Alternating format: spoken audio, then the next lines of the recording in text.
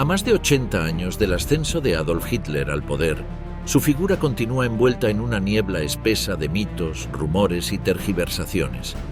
En este video vamos a desmontar algunos de los mitos más persistentes que circulan sobre Hitler, aquellos que se repiten una y otra vez en libros de dudosa seriedad, documentales sensacionalistas o redes sociales. Algunos son mitos alimentados por la propaganda aliada durante la guerra. Otros nacieron de testimonios fragmentarios, documentos mal interpretados o el simple deseo de encontrar explicaciones sobrenaturales para su poder y su influencia. Pero también hay mitos que, aunque ciertos en parte, han sido deformados o exagerados hasta perder el sentido original.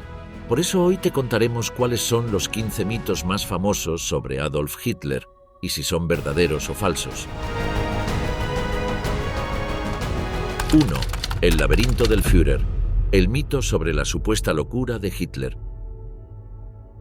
Uno de los mitos más comunes sobre Adolf Hitler es que estaba completamente loco, un demente sin dominio de sí mismo que gobernaba por arrebatos emocionales, gritos incontrolables y delirios paranoides.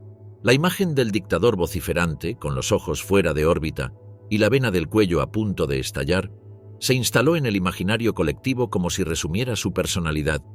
Pero aunque esa imagen tiene algo de verdad en su etapa final, dista mucho de representar el carácter que lo llevó al poder y lo mantuvo allí durante más de una década.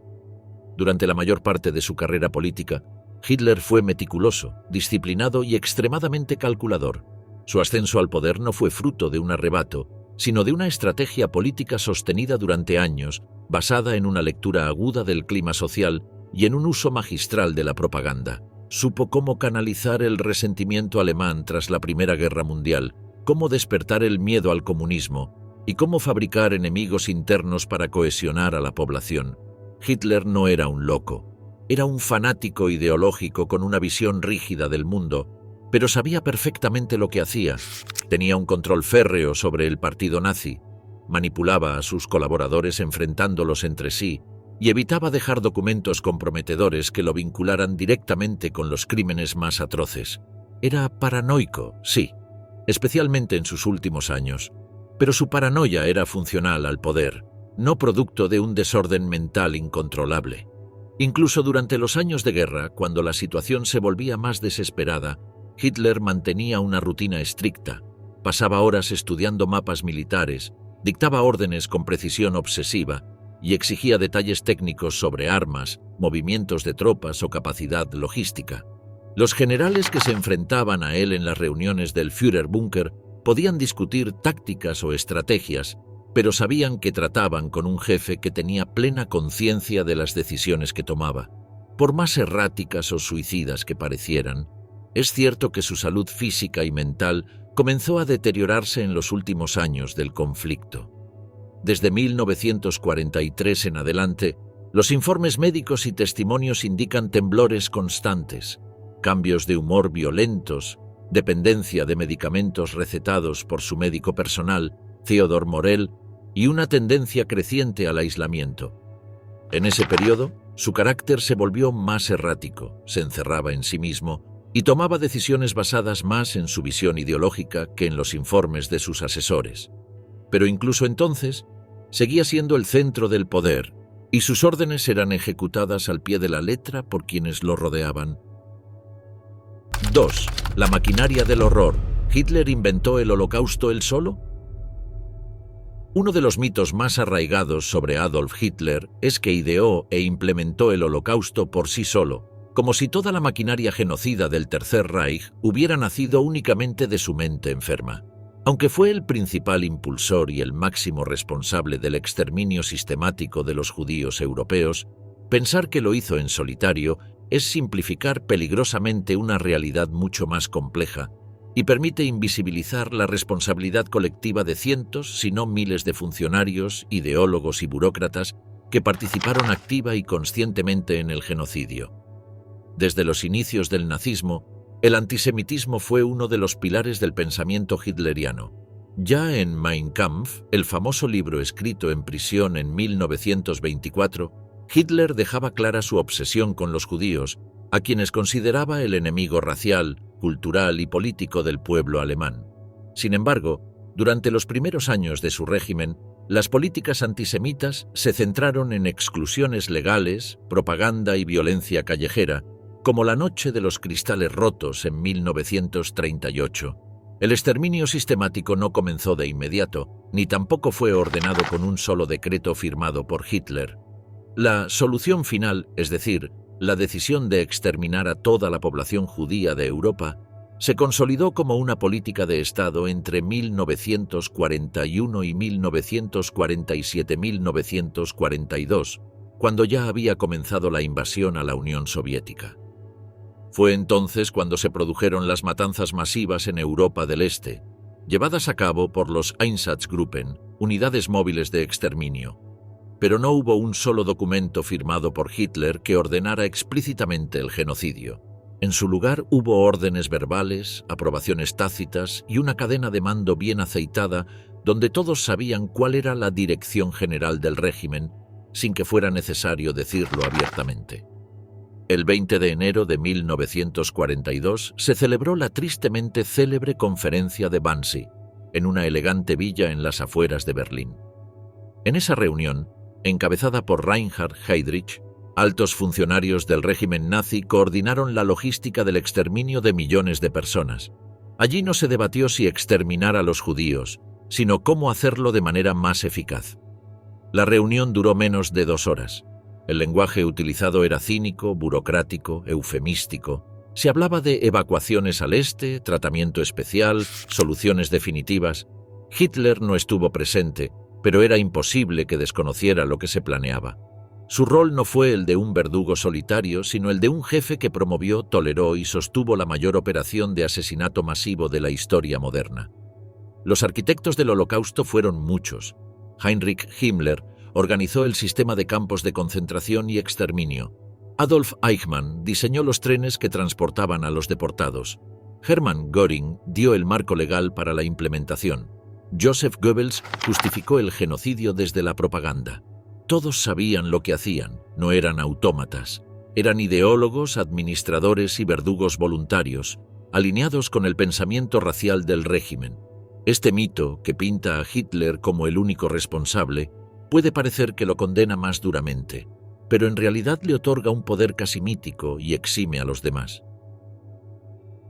3. La voz del odio. ¿Ordenó Hitler personalmente todas las ejecuciones en los campos? Una de las imágenes más impactantes que ha dejado el horror nazi es la de los campos de concentración y exterminio, Auschwitz, Treblinka, Sobibor, Majdanek, lugares donde millones de personas fueron asesinadas con una eficiencia industrial escalofriante.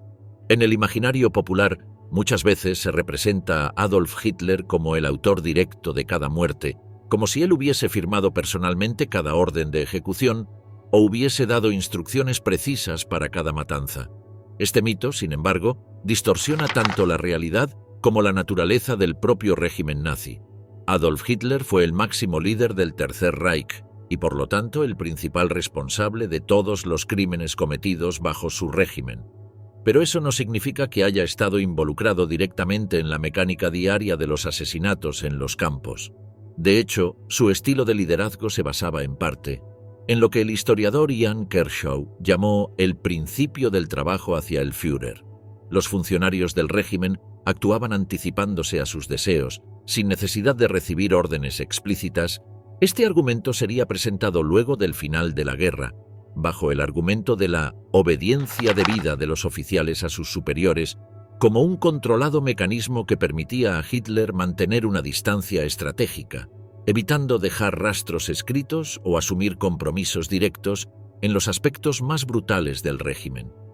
Sin embargo, se ha comprobado que los asesinatos en masa eran organizados y ejecutados por una amplia red burocrática que incluía a las SS, la Gestapo, el Ministerio del Interior y el aparato administrativo de los propios campos. Heinrich Himmler, como jefe de las SS, fue uno de los principales organizadores del sistema de exterminio. Reinhard Heydrich, su mano derecha, dirigió las operaciones más importantes hasta su muerte en 1942. Adolf Eichmann, desde su oficina en el departamento 4B4 de la Gestapo, fue el encargado de la logística de deportación. Ninguno de ellos actuó por cuenta propia. Todos sabían que contaban con el respaldo ideológico y político del Führer, aunque éste evitara dejar huellas formales. En los campos, las ejecuciones eran sistemáticas, organizadas como parte de una maquinaria de muerte que funcionaba día y noche. Los comandantes de campo, como Rudolf Höss en Auschwitz, recibían órdenes generales desde Berlín y las implementaban con brutal eficacia. Las cámaras de gas, los crematorios, los experimentos médicos, el trabajo forzado hasta la muerte. Todo formaba parte de un engranaje perfectamente ajustado. Pero no era Hitler quien supervisaba su funcionamiento diario. Su responsabilidad era más profunda y más peligrosa. Él creó el marco ideológico que lo justificaba todo.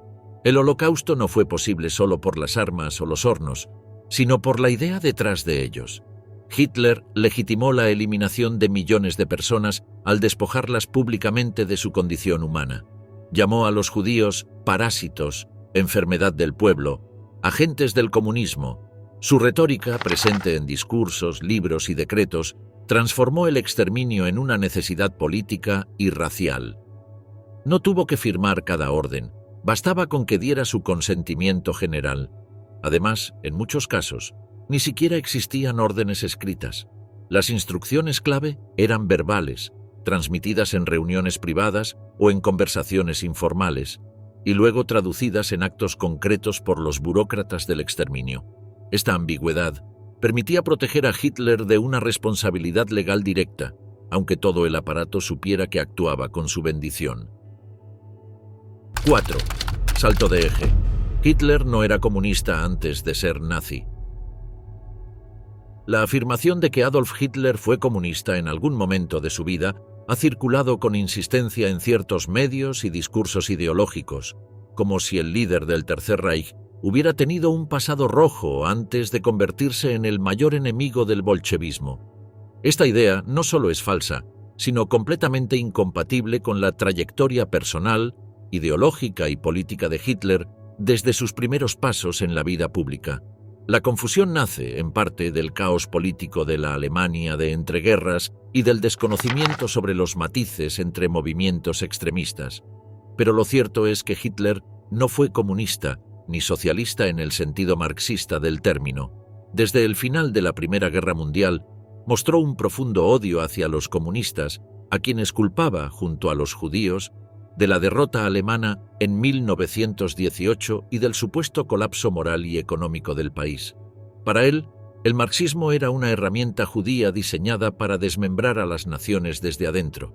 Su desprecio no era solo ideológico, sino visceral. Tras la guerra, mientras Alemania se tambaleaba entre la revolución y la contrarrevolución, Hitler se unió a un pequeño grupo de ultranacionalistas en Múnich. En 1919 fue contratado como agente del ejército para infiltrar y espiar movimientos obreros, y fue así como entró en contacto con el Partido Obrero Alemán, también conocido como DAP. Lejos de atraerlo el marxismo, lo que encontró en ese grupo fue lo que buscaba: un nacionalismo extremo, antisemita, con tintes socialistas retóricos pero claramente opuestos al comunismo internacionalista. Ese pequeño partido fue la semilla del nacionalsocialismo. Hitler se convirtió en su figura central, cambió el nombre a Partido Nacional Socialista Alemán de los Trabajadores, o NSDAP, y comenzó a construir una ideología propia que combinaba el odio a los judíos con el desprecio hacia los comunistas y liberales por igual. Aunque el nombre incluía la palabra socialista, el nacionalsocialismo no tenía nada que ver con la lucha de clases, la propiedad colectiva ni la dictadura del proletariado. Era una mezcla de nacionalismo étnico, autoritarismo y darwinismo social. Durante la década de 1920, los enfrentamientos entre nazis y comunistas en las calles alemanas fueron frecuentes y sangrientos. Las SA, tropas de asalto nazis, se enfrentaban violentamente con los militantes del Partido Comunista Alemán, KPD, en un clima de polarización total.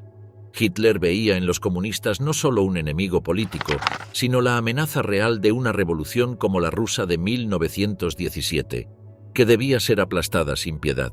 El mito de su pasado comunista también se alimenta de un dato manipulado. Durante los primeros días tras el fin de la guerra, Múnich estuvo brevemente bajo control de la República Soviética de Baviera, un experimento revolucionario liderado por comunistas y anarquistas. Hitler se encontraba allí, como muchos soldados desmovilizados, pero no participó del levantamiento. Al contrario, su acción como informante para el ejército lo posicionó rápidamente del lado de los nacionalistas antirrevolucionarios. A lo largo de su carrera, Hitler convirtió el anticomunismo en uno de los pilares de su propaganda.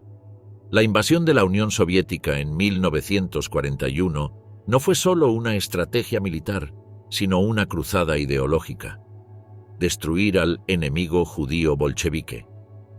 En su lógica, no podía existir una Alemania fuerte mientras el comunismo siguiera vivo. 5. Coraje a medias. El mito sobre la enfermedad genital de Hitler.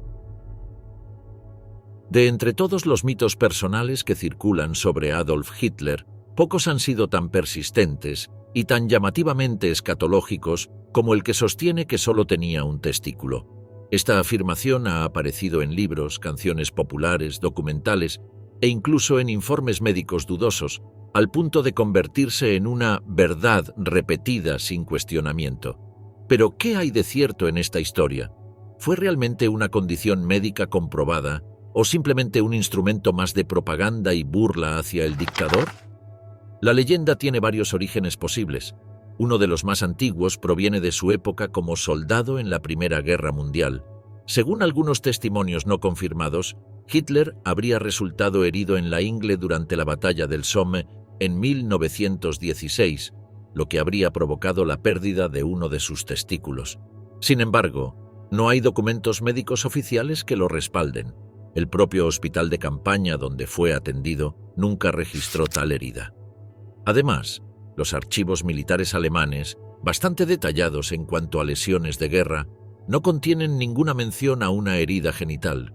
Otro supuesto respaldo a este mito proviene de un informe soviético tras la autopsia parcial del cuerpo hallado en Berlín en 1945. Según el informe, Hitler padecía de monorquidia, es decir, tenía un solo testículo. Pero la fiabilidad de ese documento es ampliamente cuestionada. Los soviéticos, bajo Stalin, tenían razones políticas para difundir información degradante sobre el dictador derrotado, como forma de reducir su figura a la de un monstruo patético. A esto se suma que los restos analizados estaban calcinados en gran parte, lo que hace muy difícil sacar conclusiones médicas confiables. También circuló durante años una canción popular británica que ayudó a consolidar el mito. La letra decía: Hitler solo tiene un testículo, Göring tiene dos pero muy pequeños. Pero era solo una burla propagandística que se cantaba entre los soldados aliados. En este caso se trata claramente de humor de guerra, una herramienta eficaz para deshumanizar al enemigo. Incluso su médico personal, Theodor Morell, que dejó numerosos apuntes sobre el estado físico de Hitler, no hace ninguna mención a una supuesta monorquidia. Si Hitler hubiera tenido una anomalía física de ese tipo, es razonable suponer que habría aparecido en sus exámenes médicos regulares, ya que Morell documentaba con obsesión cada síntoma, cada dolencia y cada medicamento que administraba. Pero en todos sus apuntes jamás menciona esta característica. Entonces, ¿de dónde viene realmente este mito? Como en muchos otros casos relacionados con figuras públicas odiadas, la deformación física se utiliza como símbolo de inferioridad moral. A lo largo de la historia, la propaganda política ha usado este tipo de leyendas para caricaturizar a los enemigos. Enfermedades venéreas, malformaciones, impotencia, desórdenes sexuales, todo aquello que pueda reducir a la figura temida a un ser grotesco. En el caso de Hitler, hablar de su supuesta condición genital no solo lo humillaba simbólicamente, sino que lo apartaba aún más de la imagen del hombre fuerte que él mismo cultivaba. El mito del testículo único no ha sido probado ni médica ni históricamente. No existe autopsia creíble ni documentación directa que lo confirme. Su persistencia se debe más al morbo, la propaganda y el deseo colectivo de reducir a Hitler a una figura ridícula que a una verdad científica. 6. La herencia negada. ¿Era Hitler descendiente o tenía sangre de judíos? Pocas ironías históricas han capturado tanto la imaginación popular como la idea de que Adolf Hitler, el artífice de la persecución más brutal contra los judíos en la historia moderna, podría haber tenido sangre judía en sus venas.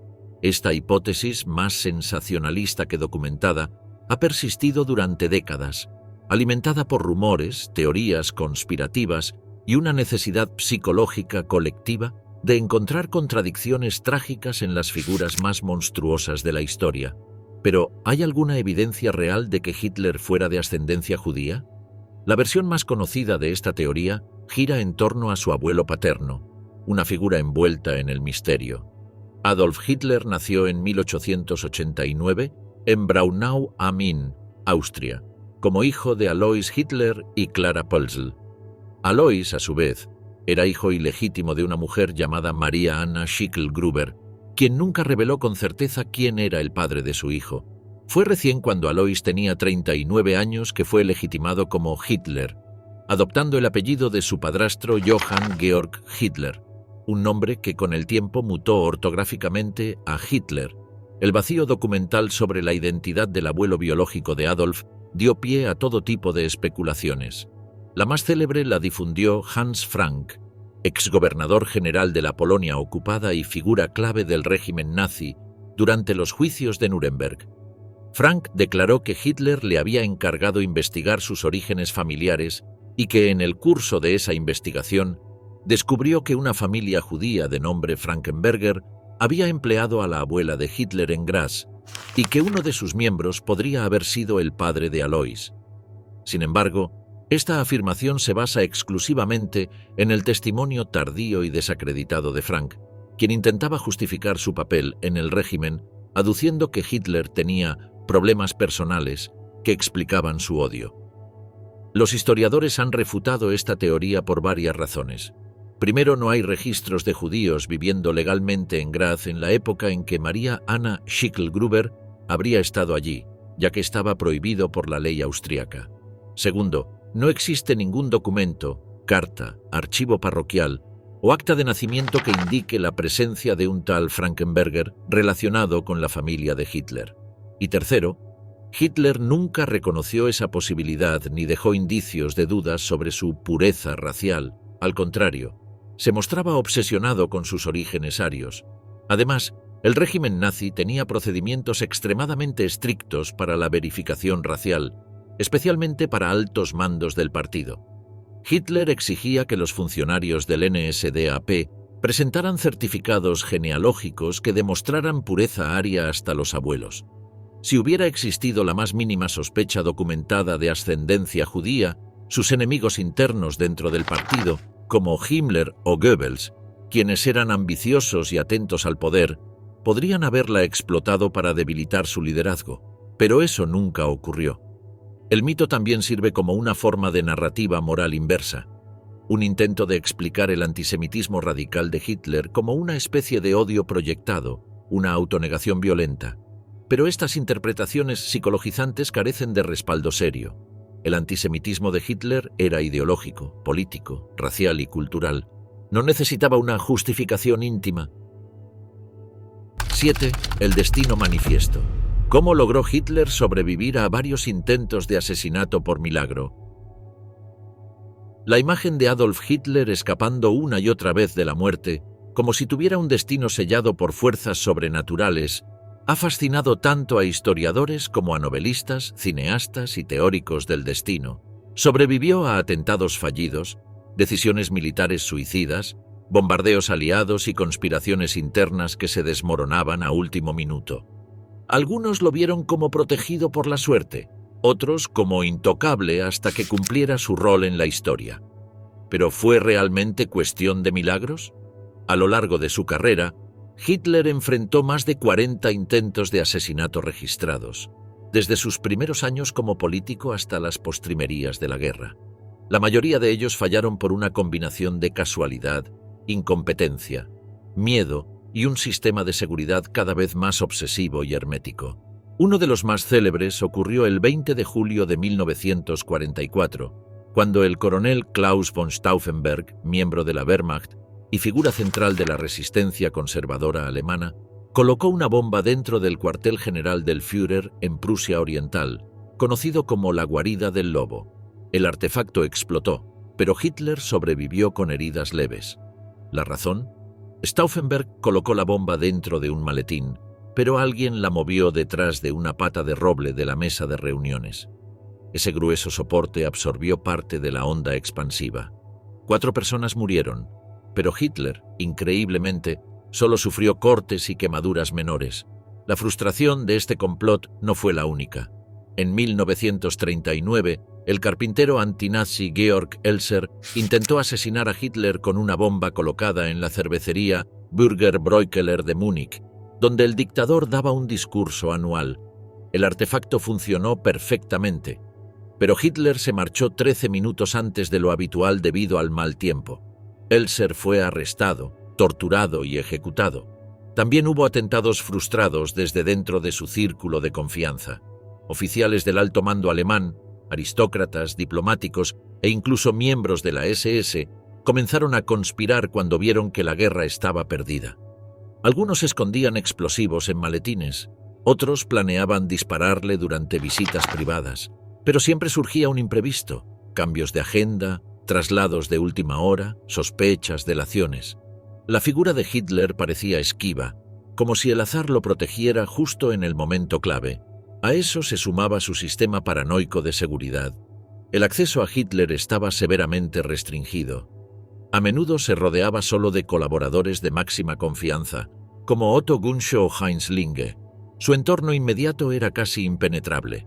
Además, su tendencia a no seguir rutinas estrictas y su costumbre de decidir en el último momento dónde y cuándo aparecer complicaban cualquier intento de asesinarlo.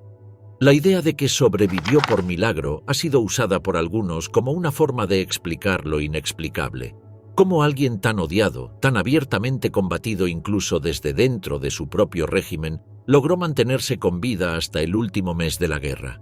Pero atribuirlo a una suerte sobrenatural oculta algo más crudo. Hitler sobrevivió porque su estructura de poder estaba diseñada para protegerlo a toda costa y porque muchos de sus enemigos vacilaron en el momento decisivo. El miedo a fracasar y a las brutales represalias era un arma tan efectiva como las SS. Sin embargo, sus milagros tuvieron un límite.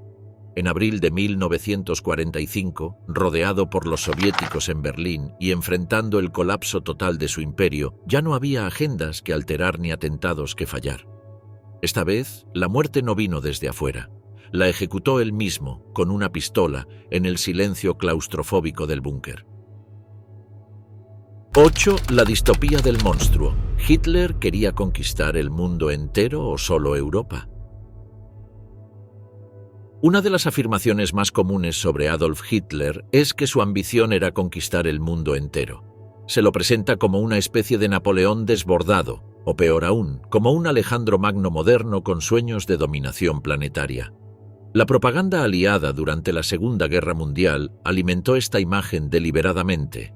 Hitler como el tirano total, cuya sed de poder no tenía límites. Pero si bien su proyecto imperial era descomunal, la idea de que buscaba gobernar todo el planeta es más mito que realidad. La visión expansionista de Hitler no era universal, sino profundamente eurocentrista y, más precisamente, orientada hacia el este. Desde Mein Kampf dejó en claro que su objetivo era la creación de un vasto imperio alemán sobre el suelo de Europa del Este, a expensas de la Unión Soviética. Lo llamaba Lebensraum o espacio vital, una idea que combinaba expansionismo territorial, racismo biológico y dominación económica. En lugar de mirar hacia el oeste, hacia países como Francia, Reino Unido o América como su destino final, Hitler consideraba esos países como obstáculos temporales en su camino hacia la verdadera conquista: Ucrania, Rusia, Bielorrusia y las naciones eslavas. Su obsesión con el este europeo era tanto ideológica como estratégica. Quería destruir el bolchevismo, al que veía como una conspiración judía, y al mismo tiempo esclavizar a los pueblos eslavos para que sirvieran como mano de obra del Reich. Su modelo era colonial, como el de los imperios europeos en África o Asia, pero aplicado dentro de Europa. La guerra con Occidente, particularmente con Gran Bretaña, no fue parte del plan original. Hitler admiraba a los británicos y soñaba con una alianza anglo-germana que dejara el continente bajo dominio alemán y el resto del mundo bajo influencia británica. Solo cuando Londres se negó a rendirse tras la caída de Francia en 1940 y posteriormente cuando Churchill rechazó las ofertas de paz, Hitler intensificó los ataques, incluido el bombardeo de las ciudades inglesas. Pero el interés por la conquista directa de las islas británicas fue relativamente breve y táctico. Respecto a Estados Unidos, Hitler subestimó completamente su capacidad militar e industrial. No tenía planes concretos para invadir América del Norte, ni recursos logísticos para hacerlo. Su guerra con E.U. fue en gran medida una consecuencia de su alianza con Japón. Cuando Roosevelt declaró la guerra al Imperio japonés tras Pearl Harbor, Hitler, en un acto de solidaridad ideológica y cálculo estratégico erróneo, declaró la guerra a Estados Unidos. Fue una de sus decisiones más catastróficas. Ni África, ni Asia, ni América Latina formaban parte del proyecto político-militar hitleriano, al menos no de manera directa. El enfoque estaba centrado en reordenar Europa según criterios raciales, establecer un sistema de jerarquías brutales y consolidar un imperio continental germánico que pudiera autoproveerse y resistir bloqueos económicos, como los que habían devastado Alemania tras la Primera Guerra Mundial. Eso no hace sus planes menos terribles. De haber triunfado, el mundo no habría conocido paz duradera. Las poblaciones conquistadas habrían sido exterminadas, desplazadas o esclavizadas. Las culturas minoritarias habrían sido erradicadas. El planeta habría estado dividido entre esferas de influencia totalitaria. Pero decir que Hitler quiso conquistar el mundo entero es una exageración que simplifica una ambición igual de monstruosa. Transformar radicalmente el mapa de Europa y construir un orden racial eterno bajo la bandera del Tercer Reich. 9. Una mente perversa. Los mitos sobre las enfermedades mentales diagnosticadas que sufría Hitler. Una pregunta que se repite incansablemente cuando se estudia la figura de Adolf Hitler es si padecía algún tipo de enfermedad mental. ¿Estaba loco? ¿Era esquizofrénico, paranoico, bipolar? ¿Podemos explicar sus crímenes a través de la psiquiatría? Esta necesidad de encontrar una patología que justifique lo injustificable ha dado lugar a todo tipo de diagnósticos post-mortem, estudios especulativos y teorías clínicas más cercanas al psicoanálisis de café que al rigor histórico. Pero la verdad es que no existe ningún diagnóstico médico confirmado que indique que Hitler sufría una enfermedad mental clínicamente reconocida. Durante su vida, Hitler nunca fue tratado por trastornos mentales. Sus médicos personales, en especial Theodor Morell, documentaron numerosas dolencias físicas, problemas gastrointestinales, insomnio, temblores, hipertensión y una clara hipocondría. También se sabe que era adicto a una serie de medicamentos que iban desde estimulantes hasta opiáceos suaves, aunque siempre prescritos dentro del contexto médico de la época. Pero Morell jamás registró síntomas psicóticos, delirios clínicos o estados mentales incompatibles con la realidad. Por el contrario, muchas de sus conductas eran perfectamente funcionales al control que ejercía sobre su entorno. Dicho esto, muchos historiadores y psiquiatras han intentado analizar a Hitler a la distancia o en retrospectiva. Se ha hablado de narcisismo patológico, de trastorno antisocial de la personalidad, de paranoia crónica e incluso de síndrome de Asperger. Estas hipótesis se basan en descripciones de sus comportamientos, su necesidad de control, su egocentrismo, su desprecio por la vida humana, su dificultad para establecer relaciones íntimas, su incapacidad para aceptar la crítica y su obsesión con la limpieza, el orden y la grandiosidad. Pero ninguno de estos rasgos por sí mismos constituye una enfermedad mental clínica en el sentido estricto. Una cosa es clara. Hitler no era un enfermo fuera de sí, perdido en un mundo imaginario. Era un líder extremadamente racional dentro de su marco ideológico, capaz de articular discursos complejos, de planificar estrategias políticas y militares, de manipular masas con precisión y de tomar decisiones con frialdad. Su antisemitismo no era un delirio incoherente, sino una ideología sistemática. Su violencia no era un impulso ciego, sino una herramienta política. De hecho, parte del peligro de su figura reside precisamente en eso. No necesitaba estar loco para ser monstruoso. al reducirlo a un trastorno mental, se corre el riesgo de transformar su historia en una anomalía biológica, cuando en realidad fue el producto de una época, de una sociedad, de una cultura política que lo hizo posible. Fue un ser humano lúcido, con ideas profundamente destructivas, rodeado de otros igualmente funcionales, que lo apoyaron, lo siguieron y lo ejecutaron todo con disciplina meticulosa. Durante los juicios de Nuremberg, varios psiquiatras aliados analizaron a los principales jerarcas nazis. Se sorprendieron al descubrir que, salvo algunos casos puntuales, la mayoría de ellos no presentaban patologías mentales graves. Eran simplemente hombres ideologizados, fanatizados, racionales y dispuestos a hacer lo que fuera necesario por el régimen. Hitler no fue la excepción. Incluso hacia el final de la guerra, cuando su salud física se deterioró y su comportamiento se volvió más errático, aislamiento, cambios de humor, decisiones cada vez más alejadas de la realidad militar, seguía siendo plenamente consciente de su rol. Tomó decisiones estratégicas, mantuvo reuniones diarias, dictó su testamento político con precisión y se suicidó con plena conciencia de su acto. Fue un fanático convencido de su causa, y su peligrosidad radicó en su lucidez ideológica, no en un trastorno clínico. 10. El deseos prohibidos. Las sospechas sobre la presunta homosexualidad de Hitler. El mito de que Adolf Hitler era homosexual ha sido repetido en numerosas ocasiones, desde publicaciones sensacionalistas hasta documentales alternativos.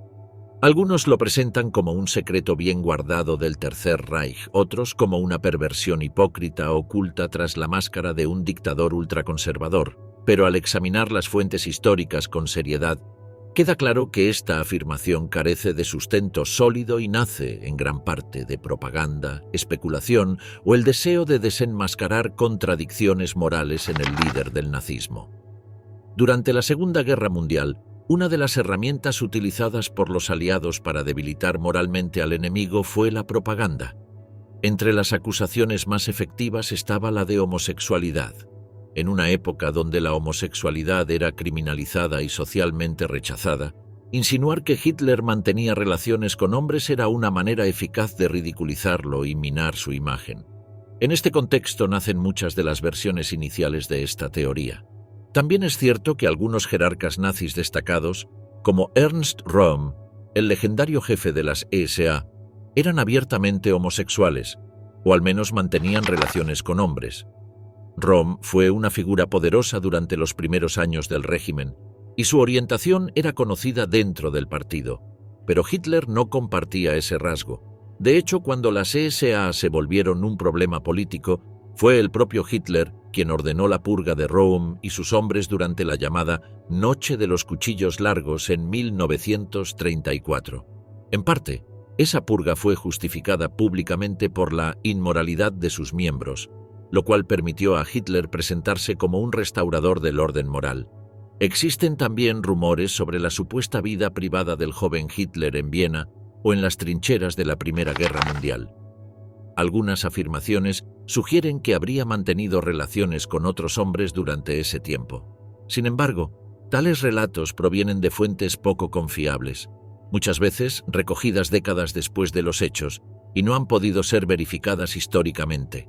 No hay diarios, cartas, ni testimonios directos que indiquen de manera contundente que Hitler tuvo relaciones homosexuales. Por el contrario, sí existen evidencias documentadas de sus relaciones con mujeres. La más conocida fue Eva Braun, su compañera durante más de una década y con quien contrajo matrimonio en los últimos días de su vida, en el búnker de Berlín. Además, tuvo vínculos sentimentales con Geli Raubal, su sobrina, cuya trágica muerte por suicidio en 1931 marcó profundamente a Hitler. También se le atribuyen relaciones más pasajeras, como con la actriz Renate Müller y otras mujeres de su entorno íntimo. Algunos historiadores han intentado interpretar la sexualidad de Hitler desde un ángulo psicológico más complejo, describiéndolo como asexual, reprimido o con desviaciones sádicas, basados en testimonios vagos o en interpretaciones de su comportamiento. Pero en todos los casos, esas hipótesis son justamente eso, hipótesis sin confirmación empírica. No hay registros médicos, cartas privadas ni confesiones que puedan probar tendencias homosexuales, y mucho menos una vida oculta activa en ese sentido. La insistencia en adjudicarle una homosexualidad secreta muchas veces refleja más un deseo de escándalo que un compromiso con la verdad histórica. Además, utilizar la homosexualidad como un secreto vergonzoso que explicaría su crueldad es, en sí mismo, una forma de prejuicio. No hay pruebas concluyentes de que Adolf Hitler haya sido homosexual. Las evidencias disponibles apuntan más bien a una vida heterosexual poco afectiva, marcada por el control, la distancia emocional y una obsesión por el poder, más que por una sexualidad claramente definida. 11. El poder por la fuerza. ¿Es cierto que Adolf Hitler nunca ganó elecciones? Una afirmación que se repite con frecuencia es que Adolf Hitler nunca ganó elecciones y que llegó al poder únicamente por la fuerza, el caos o la manipulación. Esta idea, aunque contiene elementos verdaderos como la utilización de la violencia política y el uso de la propaganda como armas para alcanzar el poder, ignora un dato incómodo y profundamente revelador. Hitler sí ganó elecciones, o al menos las suficientes como para llegar legalmente al poder en una democracia frágil. Y eso es, en muchos sentidos, más perturbador que cualquier golpe de Estado. En 1932, Alemania vivía una crisis profunda: desempleo masivo, inflación, descontento generalizado y un sistema parlamentario que no lograba formar mayorías estables. Fue en ese contexto donde el Partido Nacionalsocialista Obrero Alemán, liderado por Hitler, se presentó como la alternativa radical al sistema, con un discurso nacionalista, anticomunista, antisistema y profundamente emocional. Los nazis supieron captar el miedo y la frustración de millones de alemanes. En las elecciones presidenciales de marzo y abril de 1932, Hitler se enfrentó directamente al mariscal Paul von Hindenburg. Aunque perdió el comicio, también es importante destacar que obtuvo el 36,8% de los votos en la segunda vuelta, lo que demostró que su figura tenía un enorme respaldo popular. Pocos meses después, en las elecciones parlamentarias de julio de 1932, el NSDAP se convirtió en el partido más votado del país, con más de 13 millones de votos y 230 escaños en el Reichstag. Nunca obtuvo la mayoría absoluta, pero ningún otro partido se acercó a ese nivel de apoyo. Tras meses de inestabilidad política, presión de la élite industrial y negociaciones detrás de escena, el presidente Hindenburg accedió finalmente a nombrar a Hitler canciller de Alemania el 30 de enero de 1933, dentro de los márgenes constitucionales. No fue una imposición violenta ni una insurrección. Fue el resultado de acuerdos políticos, cálculos erróneos por parte de los conservadores y una voluntad popular considerable.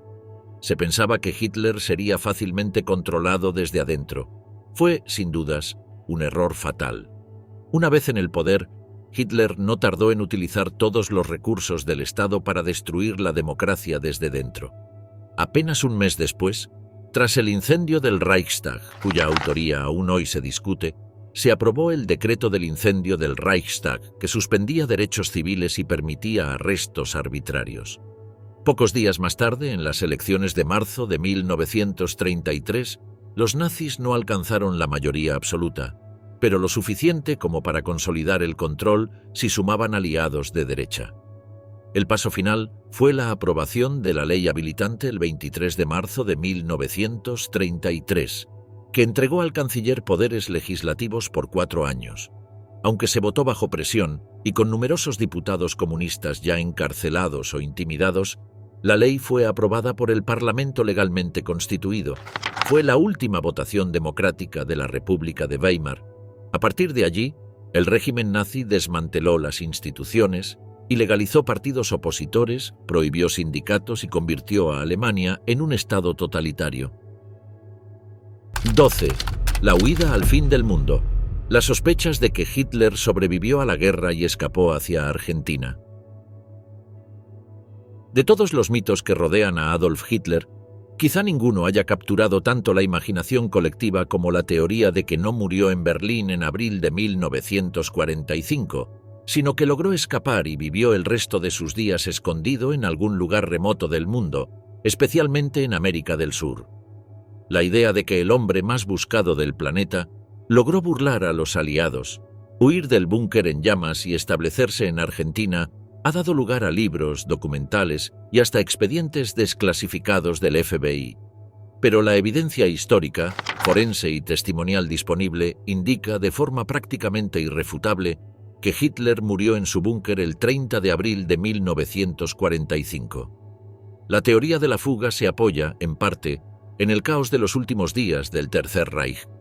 Berlín estaba sitiada por el Ejército Rojo, las comunicaciones eran confusas y la información sobre la muerte de Hitler tardó en confirmarse oficialmente. Esto dio lugar a rumores e incertidumbre. Además, los soviéticos, que fueron los primeros en llegar al búnker, ocultaron durante un tiempo los restos hallados y difundieron versiones contradictorias, alimentando aún más las sospechas. A lo largo de los años, diversas teorías sugerían que Hitler habría huido en un submarino hacia la Patagonia argentina, quizás con Eva Braun, o que vivió en Paraguay, Brasil, o incluso en la Antártida. Estas historias se apoyan en testimonios de supuestos testigos, documentos dudosos o parecidos físicos con personas mayores fotografiadas décadas después. Ninguna de estas evidencias ha resistido un análisis riguroso. La verdad histórica, en cambio, está bien documentada. El 30 de abril de 1945, Hitler se suicidó en el Führerbunker de Berlín junto a Eva Braun. Ella tomó cianuro, él se disparó en la sien. Sus cuerpos fueron parcialmente incinerados por órdenes suyas y los restos fueron hallados poco después por las tropas soviéticas. La autopsia realizada por los soviéticos, aunque inicialmente fue mantenida en secreto, determinó la causa de muerte y permitió la identificación de la mandíbula y el cráneo con base en registros dentales proporcionados por su dentista personal y su asistente, Käthe Heusermann, quien fue detenida e interrogada durante años en la URSS. En 2000, el equipo forense alemán tuvo acceso a los archivos soviéticos y confirmó que los restos dentales conservados en Moscú correspondían a Hitler, basándose en las radiografías tomadas en vida. En 2018, un nuevo estudio dirigido por investigadores franceses, con autorización rusa, volvió a analizar los restos y corroboró sin margen de duda que los dientes eran de Hitler. El cráneo, que también se encontraba custodiado por Rusia, no pudo ser identificado con certeza debido a fragmentaciones, pero los dientes bastaron para cerrar definitivamente el caso. Las teorías de su escape son atractivas, sobre todo porque proponen un Hitler envejecido, escondido, derrotado en silencio, y porque evocan la idea de que la justicia nunca se completó del todo, pero también responden a una necesidad simbólica, negarle al monstruo el alivio del suicidio, la posibilidad de controlar su final, de morir antes de ser capturado. Sin embargo, ese fue su desenlace. Murió rodeado de ruinas, traiciones y desesperanza, fiel a su visión hasta el último instante. Las historias sobre su fuga no son más que mitología moderna, atractiva pero falsa. 13. Un mundo feliz. ¿Qué hay de cierto en que Hitler consumía drogas alucinógenas a diario? En los últimos años, documentales, libros de divulgación y artículos virales han popularizado la idea de que Adolf Hitler era un adicto descontrolado, que consumía drogas alucinógenas a diario y que muchas de sus decisiones más absurdas o temerarias se debieron al deterioro químico de su cerebro. La imagen que se difunde es la de un dictador colocado, paranoico, alimentado por cócteles psicotrópicos mientras el Tercer Reich se derrumbaba. Esta visión, aunque basada en ciertos elementos reales, exagera considerablemente los hechos y distorsiona la comprensión histórica del fenómeno nazi. Es cierto que Hitler consumía una gran variedad de medicamentos.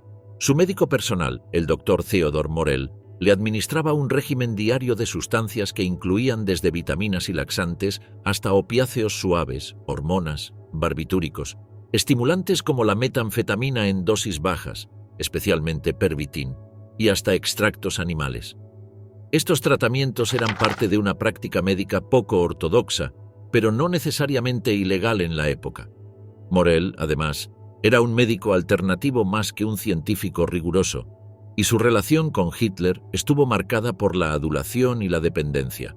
Durante los años de guerra, especialmente entre 1941 y 1945, Hitler desarrolló una dependencia psicológica a estos tratamientos. Sufría de insomnio crónico, dolores estomacales intensos, temblores constantes y fatiga extrema. Para combatirlos, Morell le ofrecía soluciones rápidas: inyecciones, pastillas, tónicos. Muchas de estas sustancias incluían compuestos narcóticos o excitantes, aunque en dosis controladas. No se trataba de un consumo recreativo, sino de una forma de automedicación funcional. Hitler no se drogaba para escapar del mundo, sino para continuar funcionando dentro de él. La idea de que consumía drogas alucinógenas como LSD, peyote o hongos psicodélicos no tiene ningún fundamento histórico. Estos compuestos no estaban disponibles de forma común en la Alemania de la época y no figuran en los registros médicos. El malentendido proviene de una generalización imprecisa. Confundir el uso de fármacos potentes como los opioides o los anfetamínicos con alucinógenos, cuando en realidad tienen efectos muy distintos. No hay evidencia de que Hitler alucinara, perdiera contacto con la realidad por intoxicación, ni que tomara decisiones importantes en estados de delirio inducido. Sí existen registros de su deterioro físico y mental en los últimos años del conflicto. Testigos como Albert Speer, Heinz Linge y Otto Gunsche describen a un Hitler debilitado, encorvado, tembloroso, con episodios de cólera súbita y desconexión emocional. Pero estas características se explican mejor por el estrés prolongado, la presión política, la decadencia del régimen y la progresiva aislación del Führer en un mundo de fantasías militares que por una supuesta adicción salvaje a drogas ilegales. Cabe destacar que en la Alemania nazi, el uso de drogas era más común de lo que suele pensarse. El ejército alemán distribuía Pervitin, una forma de metanfetamina que aceleraba ciertas funciones mentales entre sus soldados para mantenerlos alerta en combate, especialmente durante la Blitzkrieg. Pero eso no significa que todos estuvieran drogados en el sentido actual. El uso médico de estimulantes no era visto entonces como un problema, sino como una herramienta de rendimiento. Hitler, en ese contexto, era parte de una cultura que valoraba el rendimiento por encima de la salud. 14. Escape a Nueva Suabia. La supuesta huida de Hitler hacia una base secreta nazi en el Polo Sur.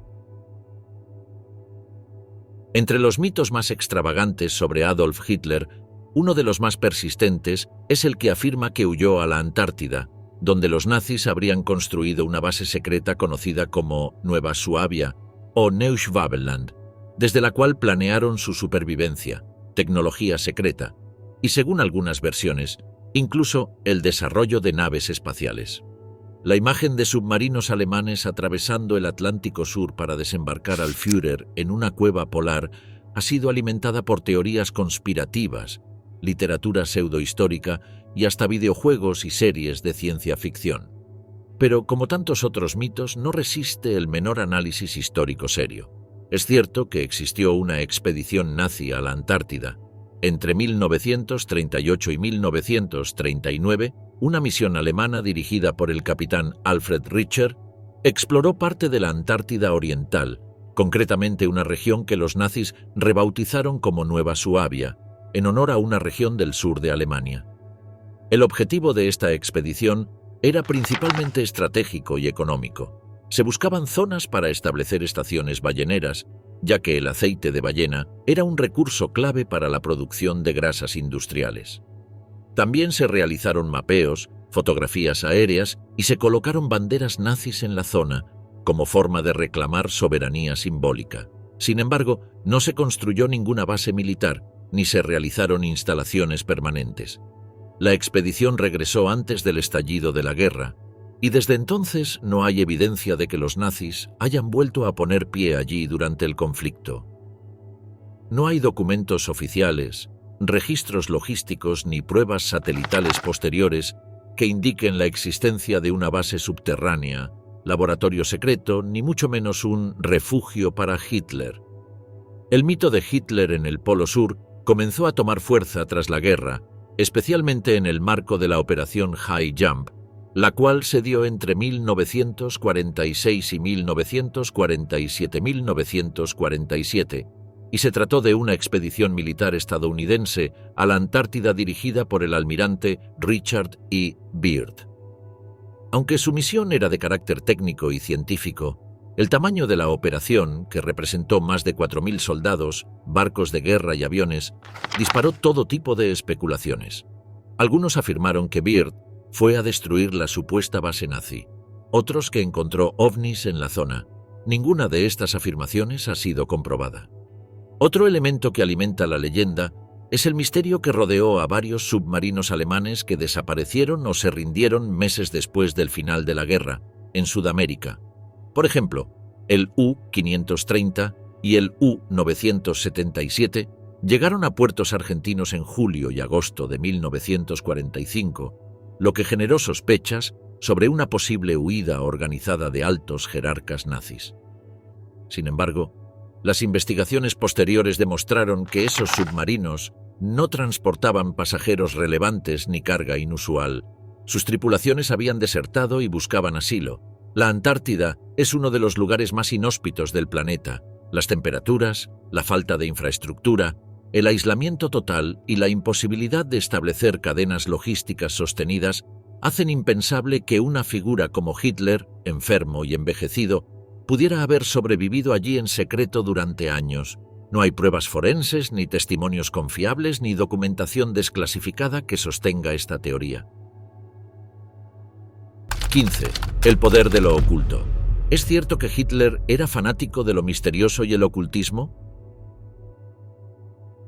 De todos los mitos asociados a Adolf Hitler, el de su supuesto fanatismo por el ocultismo es uno de los más atractivos para la cultura popular. Películas, novelas y documentales han pintado al Führer como un líder místico obsesionado con objetos sagrados, runas antiguas, rituales arcanos y poderes sobrenaturales. En estas representaciones, Hitler aparece casi como un hechicero moderno, rodeado de símbolos esotéricos y en busca de reliquias mágicas como la lanza del destino, el Santo Grial o los secretos de la Atlántida. Si bien esta imagen no es del todo inventada, está enormemente exagerada y mal interpretada. La verdad es que Hitler no era un ocultista activo ni practicaba rituales mágicos. No hay evidencia de que perteneciera a sociedades secretas ni de que haya llevado a cabo ceremonias esotéricas por voluntad propia. Su pensamiento, aunque profundamente ideológico, era político, racial y pragmático, más que místico. No obstante, eso no significa que el régimen nazi estuviera completamente alejado del mundo del simbolismo oscuro. Dentro de su círculo cercano sí hubo figuras obsesionadas con lo esotérico. Uno de los más destacados fue Heinrich Himmler, jefe de las SS, quien transformó esa organización en una especie de orden pseudo-religiosa germánica. Himmler creía en la reencarnación, en la herencia espiritual de los pueblos nórdicos, y financiaba investigaciones sobre mitología aria, runas vikingas y arqueología fantástica.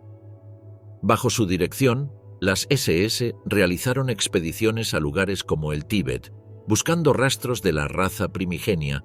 También adaptó el castillo de Wewelsburg como un centro ceremonial con un salón circular destinado a rituales simbólicos. Hitler, sin embargo, despreciaba muchas de estas excentricidades.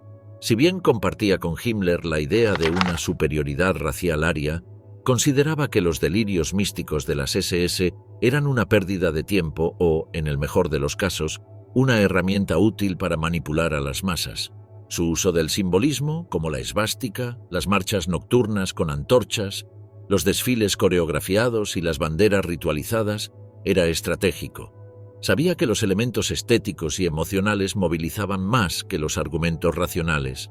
En ese aspecto, a la hora de crear una mística vinculada por la política, fue un verdadero maestro. Uno de los objetos que más ha alimentado este mito es la llamada lanza de Longinos, también conocida como la lanza del destino, una reliquia medieval que, según la leyenda, fue utilizada por el centurión romano que atravesó el costado de Cristo. Se decía que quien la poseyera tendría el poder de dominar el mundo.